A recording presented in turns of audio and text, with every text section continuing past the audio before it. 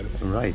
Elijah Muhammad has said something which perhaps a lot of us white people have misunderstood. Perhaps you can explain it to me. He said that white men are devils. Yes. What does he mean by that? He means just what he said, the deeds and the works of the man. He says the American devils. The lynching, the killing, cutting the black people's private out, sticking it in the mouth is what they did to us. Got a book called 100 Years of Lynching written by white men.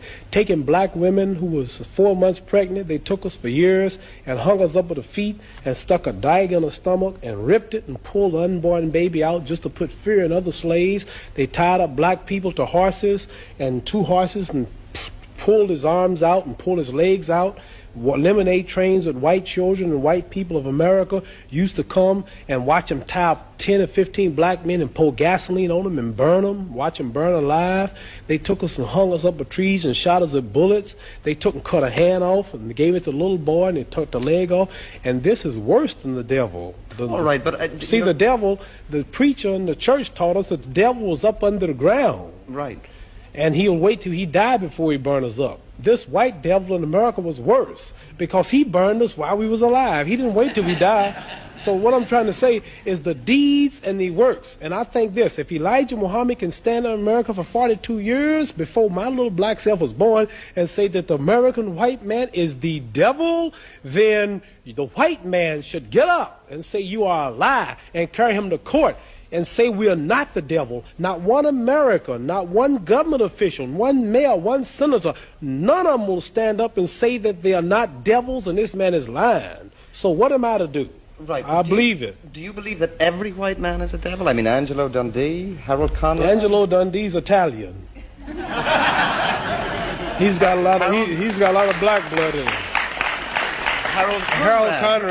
Harold Conrad's Jew. So there are exceptions. Listen. What I'm saying to you is this. I'm saying that Elijah Muhammad, our leader, teaches us this. And I believe everything he say. So it's not for me to prove that. You must remember, you have not lynched me. It wasn't the Germans that did this to us. It wasn't the white Canadians who's right on our border. He put emphasis on the American devils. He's missioned to America by God to preach the truth. So what I'm saying, let's say we got one white fellow in America who has proved that he means right. Let's say we got another one. White people have died in demonstrations for black people. Now, here's the position I'm in.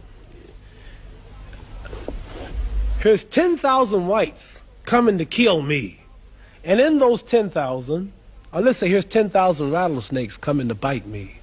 And in those 10,000, there was 1,000 that didn't mean no harm.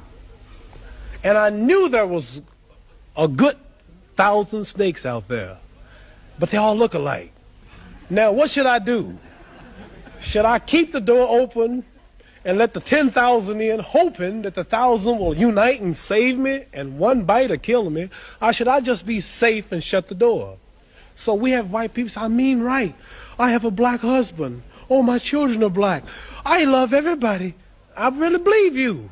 But I'm sorry, man, there's 10 more thousand behind you that don't feel that way. I'm just sorry, but what am I going to do?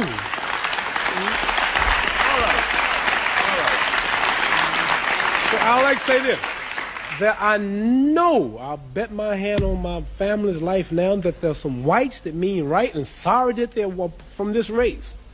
But there's so few until it don't really matter, until I can't forget all the lynching, all the depriving, all the murder, everything that's happened, because there are two that mean right. Right, but don't see, when America dropped bombs on Vietnam, she drops them. Okay. Babies, boys, when she dropped the bomb on Japan, she dropped it. They don't say some innocent, they just said war. So when a person in Belfast leave a bomb, they don't say, well, there's a kid that's innocent in here. There's an old lady, she's blind. They just, boom, throw the bomb. So what I'm saying, not because they do, we have a problem. It's black and white. And maybe there's a few voices, I mean right, but there's so many that don't. So we have to look at the problem as a whole. I want to get that plain. I know there are whites that mean right. Okay. You yourself have some little white blood in you. Yeah, what are you saying? You feel totally Negro, or do you feel black? Yeah? Well, nobody is really totally. Like Chinese are yellow, they say, but they're not really yellow. They say, you white. Well, give me something white. You don't look white. Here's white. See, this is white. You're not white. You're kind of pinkish. Okay. You're not white. See, that's white. White, right. So I'm not black, but I'm considered black. But as far as the blood is concerned, some people say, you talk so bad about us in America. You have white blood in you. How did I get white blood in me? Well, you know, Way course, back 100 and something years ago, the old slave master's wife used to get tired, and he would sneak back in old Granny's shack.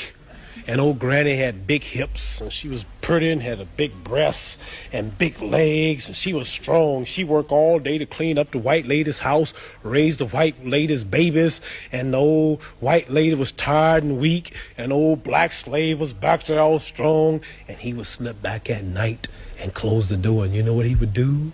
I can guess. You can guess what he would do, and then here come me, half black. See?